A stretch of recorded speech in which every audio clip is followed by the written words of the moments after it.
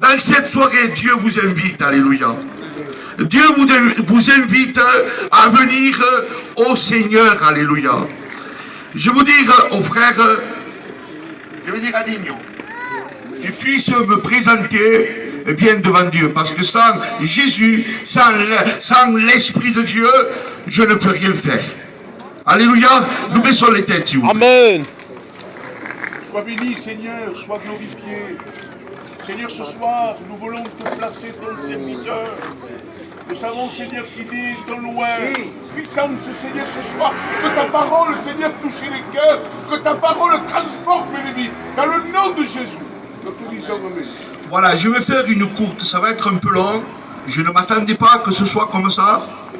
Le Seigneur, c'est la vérité, je croyais que c'était dans une église, je ne croyais pas que c'était comme ça, sinon je n'aurais pas été compliqué, mais si Dieu l'a voulu comme ça, restons comme ça. Amen. Alléluia. Voilà, je vais faire une petite lecture. La parole de Dieu va nous dire, Jésus prenant la parole, leur parla de nouveau en parabole. Et il dit, le royaume des cieux est semblable à un roi, qu'il fit des noces pour son fils. Il envoya ses serviteurs appeler ceux qui étaient invités aux noces, mais ils ne voulurent pas venir. Ils ne voulurent pas venir au festin de noces. Il envoya encore d'autres serviteurs, en disant, dites aux convives, voici j'ai préparé mon festin, mes bœufs, mes bêtes grasses sont tuées, tout est prêt, venez aux noces. Mais sans s'inquiéter de l'invitation, ils s'en allèrent celui-ci à son champ, celui-ci il partit à son trafic. Et les autres se saisirent de ses serviteurs, les outragèrent et les tuèrent. Le roi fut irrité, il envoya des troupes et il les fit périr, ces meurtriers, en brûlant leur ville. Alors il dit à ses serviteurs, les noces sont prêtes, mais les convives n'en étaient pas dignes. Alors donc, dans les carrefours, appelez aux noces tous ceux que vous trouverez. Alléluia. Amen. Gloire à notre Seigneur. Amen. Je glorifie le Seigneur dans cette soirée, parce qu'au travers de cette parabole, frères et sœurs, eh bien Dieu, alléluia, il va nous parler, eh bien à chacun d'entre nous, que nous sommes ici présents. Il y en a beaucoup qui ne savent pas qu'est-ce que c'est qu'une parabole, mais une parabole, frères et sœurs, eh bien c'est représentatif. La parole de Dieu va nous dire, alléluia, comme cela,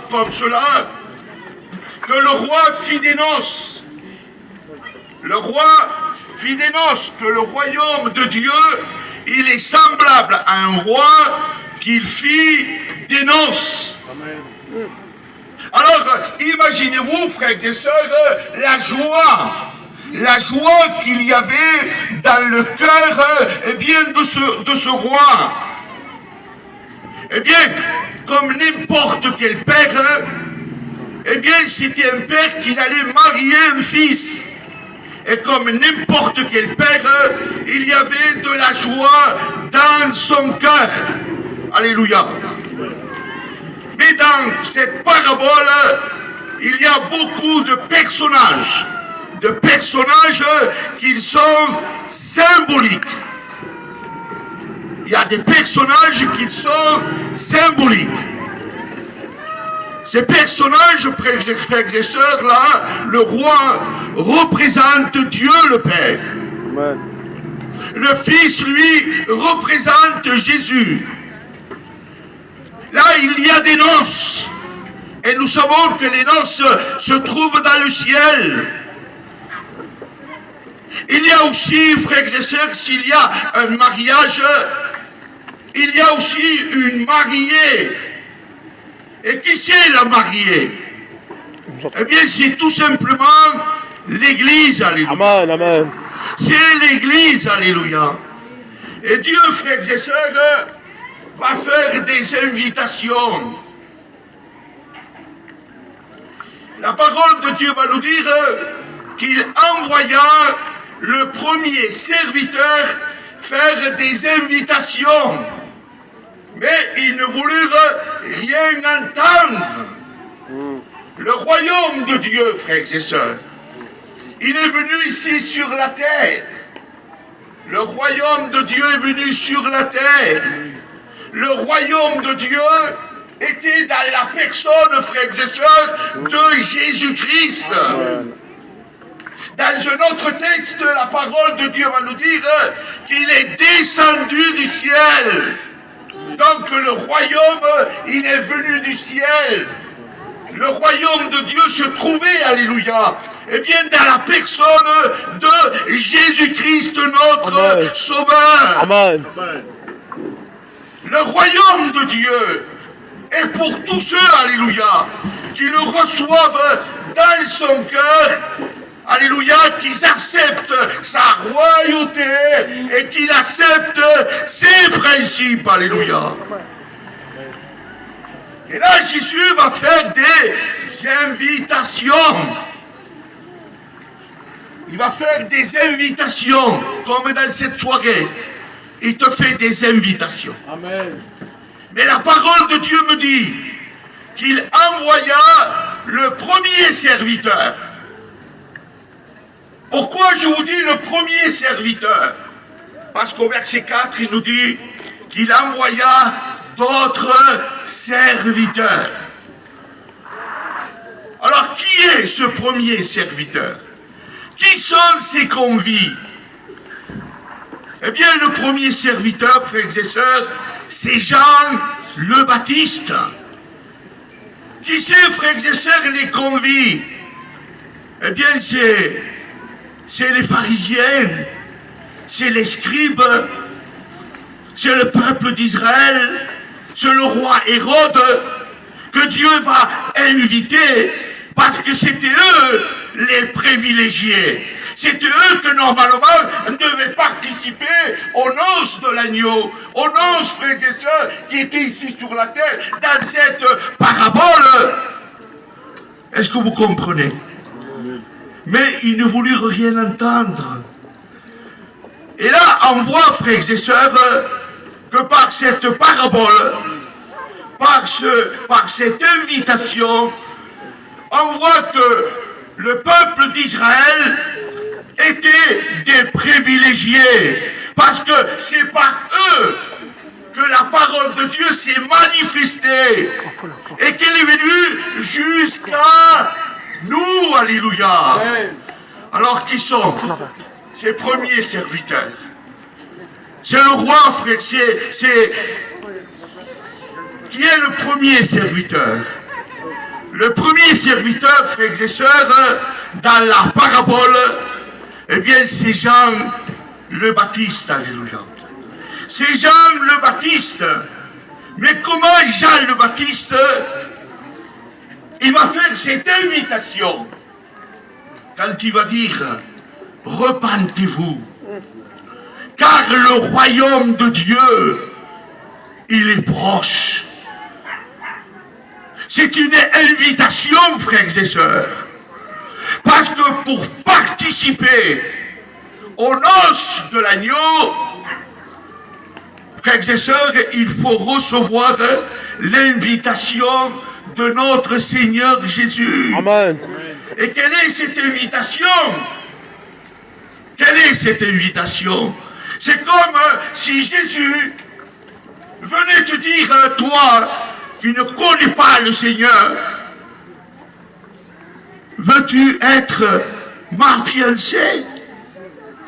Si c'est oui, si tu l'acceptes comme sauveur et maître dans ton cœur, alors là tu pourras participer aux noces, alléluia, de l'agneau. Mais tant qu'il n'y a pas de repentance dans votre cœur, vous ne pouvez pas, frères et sœurs, eh bien, participer aux noces de l'agneau. Il leur disait comme cela, repentez-vous, car le royaume de Dieu, il est proche. Les pharisiens voyaient comme il évangélisait, mais ça rentrait par une oreille et ça sortait, frères et sœurs, de l'autre. Jean le Baptiste savait, frères et sœurs, que les scribes, les rois, que le roi Hérode, que les docteurs de la loi n'étaient pas sincères dans leur cœur. Ils n'étaient pas sincères dans leur cœur. Eux, frères et sœurs, qu'ils affirmaient avoir, frères et sœurs, un respect pour la loi. Frères et sœurs, ils étaient noirs comme le charbon. Eux qui affirmaient, frères et sœurs, avoir un grand respect pour la loi. À deux dans deux. Ils étaient noirs comme le charbon. C'est pour cela que Jean le Baptiste, il va les traiter de race de vipères. Parce qu'ils ne voulurent pas se repentir, venir au Seigneur. Jésus va les traiter, frères et sœurs, aux pharisiens. Il va leur dire, vous êtes des sépulcres blanchis. Pourquoi? Parce qu'ils n'avaient que la façade de beau. Mais en dedans, ils étaient noirs comme le charbon. Eux, frères et sœurs, qu'ils voulaient fuir la colère de Dieu, mais ça montrait un signe d'une vraie repentance. Alléluia. Une repentance, frères et sœurs, ce n'est pas quelques larmes qui coulent de nos cœurs. Si demain on doit retourner dans le monde, ce n'est pas ça une vraie repentance. Une repentance, alléluia, c'est marcher, alléluia, dans la sainteté de Dieu, en avoir horreur au péché et dire non à tous ceux que le monde il va nous offrir, frères et sœurs. Ça, c'est une vraie repentance. Les larmes qui coulent de nos yeux et que demain on doit retourner dans le monde, ce sont des émotions. Ce sont des frissons. Mais une vraie repentance, alléluia, c'est en avoir horreur au péché, détester le mal, mais aimer son prochain, alléluia, comme soi-même, aimer Dieu de tout son cœur, de toutes ses forces, de toutes ses pensées. C'est ça, alléluia, la vraie, frères et sœurs, repentance, alléluia. Comme les pharisiens ne voulurent pas accepter cette invitation, dans la parabole, c'était impossible de rentrer dans le festin de noces. Est-ce que vous comprenez? Parce que les noces me font penser aux noces de l'agneau. Impossible de rentrer dans le festin de noces. C'est le roi Hérode, frères et sœurs, qui le décapita parce que cette tête de Jean le Baptiste le gênait. Il lui proclamait chaque jour le péché, et nous savons, je ne veux pas rentrer dans les détails, nous savons le péché qu'il avait commis Jean le Baptiste. Et il le proclamait au peuple. Et qu'est-ce qu'il a fait? Il avait fait décapiter son peuple. Israël l'a fait décapiter. Je vous fais remarquer la gentillesse, frères et sœurs, du roi.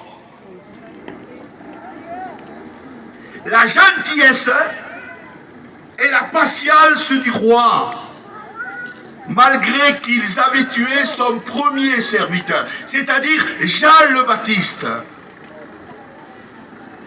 le dernier prophète, mais le plus grand. Et il avait tué, frères et sœurs. Qu'est-ce qu'il va faire? Je remarquez la gentillesse, eh bien, du roi. Il envoya d'autres serviteurs. Il envoya d'autres serviteurs. Qui sont ces autres serviteurs? C'est les apôtres. Ce sont les 12 apôtres. Et nous savons, frères et sœurs, comment il les avait martyrisés. Nous le savons, les 4 évangiles. Comment son peuple l'avait martyrisé. Alors je vous fais remarquer la gentillesse et la patience du roi. Malgré qu'il avait tué son premier serviteur, il envoya d'autres serviteurs. Et il leur dit, tout est prêt, venez aux noces. Venez aux noces, tout est prêt. Mes bœufs, mes bêtes grasses sont tués. Venez au festin. Quelle gentillesse il a, notre Dieu. Combien de fois il t'a appelé, notre Dieu. Combien de fois tu as refusé. Mais n'attends pas le dernier moment. Parce que le temps, frères et sœurs, est proche. Il y en a beaucoup qui disent, frères et sœurs, que Dieu, il est derrière la porte. Mais ça fait 2000 ans de ça. Est-ce que vous comprenez? Amen. On voit plein de prophéties qui se sont accomplies. Frères et sœurs, donnez votre cœur à Dieu. Amen. Il n'y a rien de plus beau que donner votre cœur à Dieu. Dieu va dire, si aujourd'hui tu entends ma voix, n'endurcis pas ton cœur. Je ne mettrai point dehors celui qui vient à moi. Amen. Alléluia. Mais voilà, le moment va venir où Jésus va venir chercher son église. Après, ça sera trop tard. Vous ne voulez pas connaître la grande tribulation? C'est simple. Il y en a qui disent que c'est dur la vie chrétienne. Mais qu'est-ce qu'il y a de dur dans la vie chrétienne? C'est vrai que la vie chrétienne, c'est pas des pétales de fleurs. Il y a des hauts, il y a des bas. Il y a beaucoup de personnes, c'est moi qui le dis ça. Tout le monde connaît des épreuves. Tout le monde en passe des épreuves. Mais ça, c'est normal. C'est au travers des épreuves que nous devenons grands aux yeux de Dieu. Est-ce que vous comprenez? Vous savez, il y a beaucoup de personnes qui disent qu'après la pluie vient le beau temps. Et moi je dis après l'épreuve, les bénédictions. Alléluia.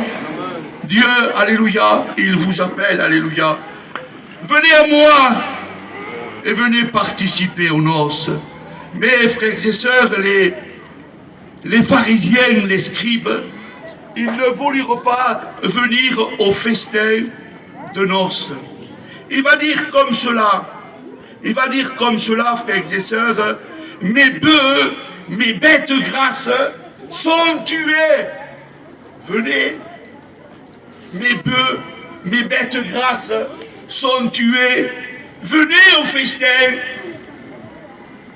Ils ne voulurent pas venir. Pourtant, croyez-moi, frères et sœurs, le roi ne se moquait pas d'eux. Je vous fais remarquer, c'était des bœufs. C'était un mariage qui était luxueux, frères et sœurs. Un mariage luxueux. C'était pas quelques petits pourlets par-ci par-là, ou quelques petites pommes de terre par-ci par-là. C'était des bœufs. Ils ne se moquaient pas d'eux. Il y avait de la viande en quantité et en qualité. Dieu ne se moque pas de toi, mon frère et ma soeur. Dieu veut tout le bien pour toi. Pourvu, alléluia, que tu dises oui à l'invitation de Jésus qu'il va te faire dans cette soirée. Si tu le reçois comme sauveur et maître, ici, dans cette terre, lui te recevra comme son enfant. Ce que toi tu feras de Dieu ici sur la terre, Dieu fera de toi là-haut dans le ciel. Qu'est-ce que tu es? Est-ce que tu es décidé, alléluia, de participer à ces noces de l'agneau? Amen. Est-ce que tu es décidé? Amen. Mais il faut être conscient qu'il faut déjà donner son cœur, alléluia, à Dieu. Amen. Il faut donner son cœur, frères et sœurs, à Dieu. Amen. Alors, frères et sœurs, le roi, frères et sœurs, fut irrité parce qu'il envoya encore d'autres serviteurs. frères et sœurs, et il va les tuer. Il envoya, alors le roi fut irrité, et il envoya ses troupes, frères et sœurs, pour les faire périr. C'était le roi Titus. Cette prophétie, elle s'est réalisée à l'an 70.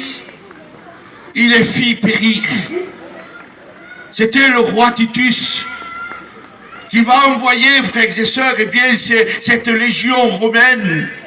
C'est-à-dire que Dieu se servit, eh bien, de cette légion pour châtier ceux qui avaient fait du mal à ses serviteurs, parce qu'ils ne voulurent rien entendre de Dieu. Alors Jésus va dire, allez dans les carrefours, parce qu'ils ne voulurent rien entendre.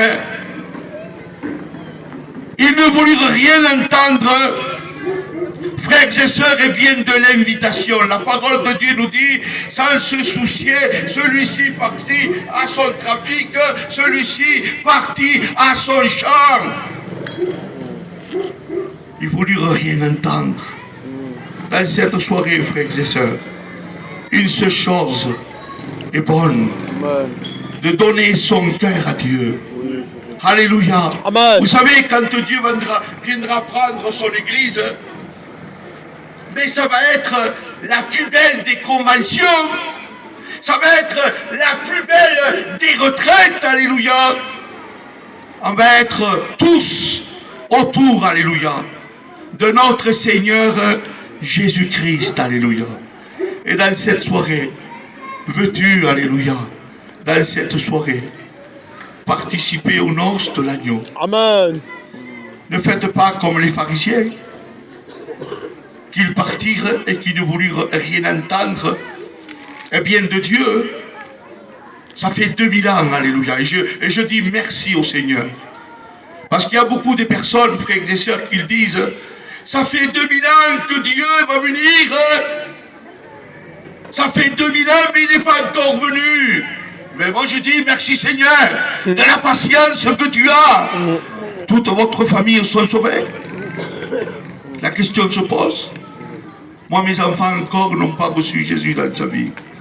Alors moi je dis merci Seigneur, parce que tu n'es pas encore venu. Je m'attends quelque chose de toi. Seigneur mon Dieu, eh bien dans cette soirée, je prie. Tous les jours je prie. Pour que le Seigneur, alléluia, puisse toucher le cœur de mes enfants, alléluia. Je dis merci Seigneur du retard que le Seigneur, frères et sœurs, il a. Dieu a donné de ceux qu'il avait de plus cher dans le ciel. Pour nous, alléluia. Comment pas lui dire merci? Alléluia. De tous ceux, frères et sœurs, que Jésus a fait pour nous. Amen. Comment pas le remercier? Alléluia. Vous savez que Dieu ne se contente pas de merci. On va dire merci Seigneur, merci Seigneur. Oui, mais si vous êtes dans le péché, à quoi ça sert? C'est merci Seigneur. Ça ne sert à rien du tout. Parce que la parole de Dieu, elle parle tantôt d'une manière et tantôt d'une autre. Il va dire, ce n'est pas tous ceux qui diront Seigneur, Seigneur, qui seront sauvés, mais ceux qui feront ma volonté. Amen. Dieu ne se contente pas de merci. Veritat. Non. Dieu se contente, alléluia, quand vous faites la volonté de Dieu. Amen. Il y avait une conversation entre Dieu et Satan. As-tu remarqué mon serviteur Job, comme il est intègre, droit et craint Dieu? As-tu remarqué on dirait qu'il s'en croyait avec son serviteur. On dirait qu'il était en train, eh bien, de larguer le diable. Que Dieu soit fier de nous. Amen. Comme il a été avec son serviteur Job. Que Dieu ne rougit pas devant la marche que vous avez, frères et sœurs. Aimez Dieu de tout votre cœur, de toute votre pensée, frères et sœurs. C'est avant tout faire la volonté de Dieu, marcher dans les empreintes de Dieu. Tout disciple de Dieu est comme son maître. Obéissez à Dieu. Alléluia. Si vous voulez participer aux noces de l'agneau, frères et sœurs. On va baisser les têtes, s'il vous plaît. Amen. Seigneur mon Dieu, mon âme te glorifie. Amen. Je te dis merci, Seigneur mon Dieu.